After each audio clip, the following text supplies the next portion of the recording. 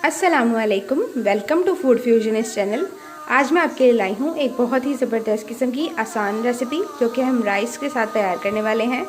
ये रेसिपी बनाना बहुत ही आसान है और खाने में भी बहुत ही जायकेदार है।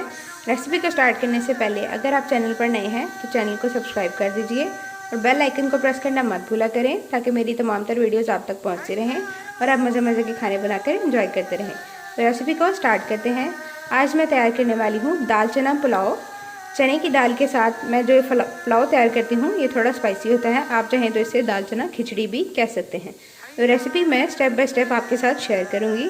सबसे पहले मैंने यहाँ पर 3 गिलास चावल लिए हैं जो कि तकरीबन 1 किलो हैं। यहाँ पर मैंने अच्छे वाले चावल लिए हैं, आप अपनी मर्ज़ी से क्वालिटी को सिलेक्ट कर सकते हैं।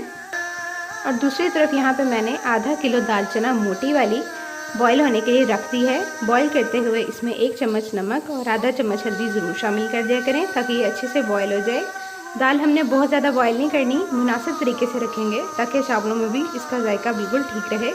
जब बॉईल हो जाएगी तो मैं आपके साथ इसका लुक शेयर कर दूँगी। दाल हमारी यहाँ पर अच्छे से बॉईल हो गई थी। यहाँ पर मैंने 2 मीडियम साइज़ के प्याज लिए हैं जिन्हें चॉप कर लिया है। 2 टेबल स्पून लहसुन अदरक का पेस्ट है।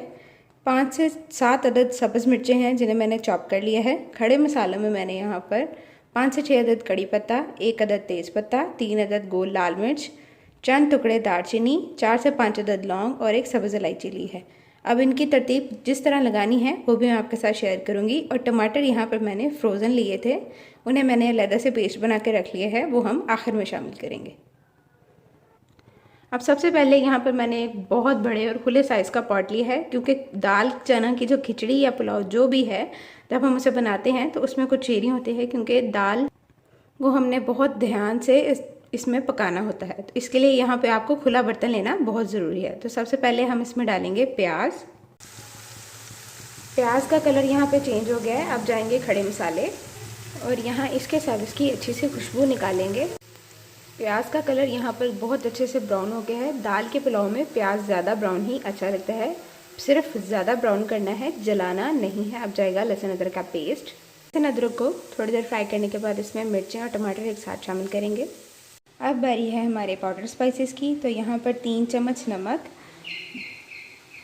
1.5 से 2 चम्मच खुश्क धनिया, आधा चम्मच हल्दी, 1.5 चम्मच ज़ीरा, 1.5 चम्मच सुरख मिर्च, आधा चम्मच गरम मसाला और आधा चम्मच काली मिर्च ली है। ये तमाम मसाले एक साथ शामिल कर दूंगी इसमें। मसाला चाट इसमें शामिल करने के बाद इसकी हम अच्छे से हाई फ्लेम पर भुनाई करेंगे और जब ये हाफ हो जाए यानी आधा इसकी भुनाई हो जाए तो हम इसमें दाल शामिल करेंगे।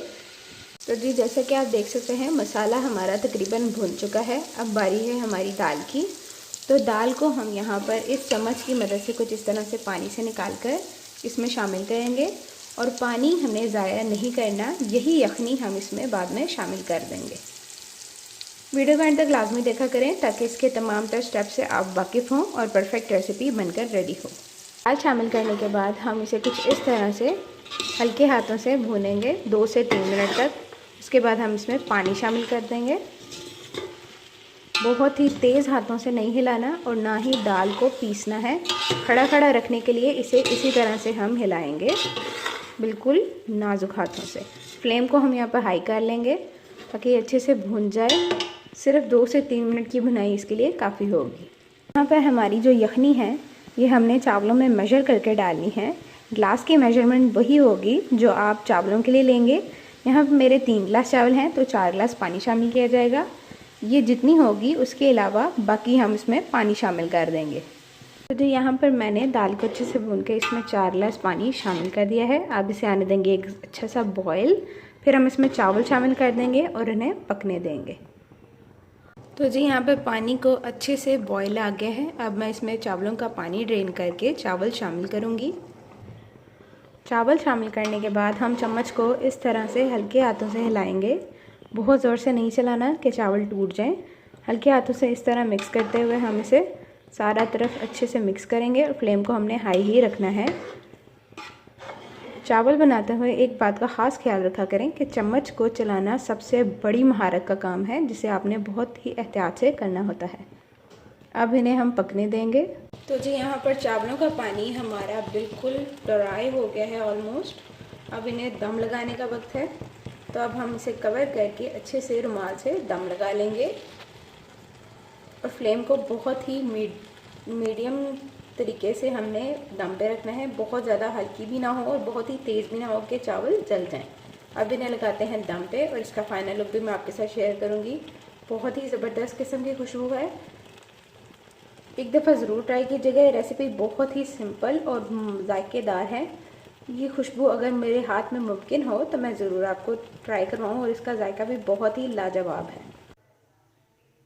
तो जी माशाल्लाह से हमारा यहाँ पर ज़बरदस्त किस्म का दाल चने वाला पुलाव हो गया है बिल्कुल रेडी, बहुत ही ज़बरदस्त खुशबू और जायके के साथ।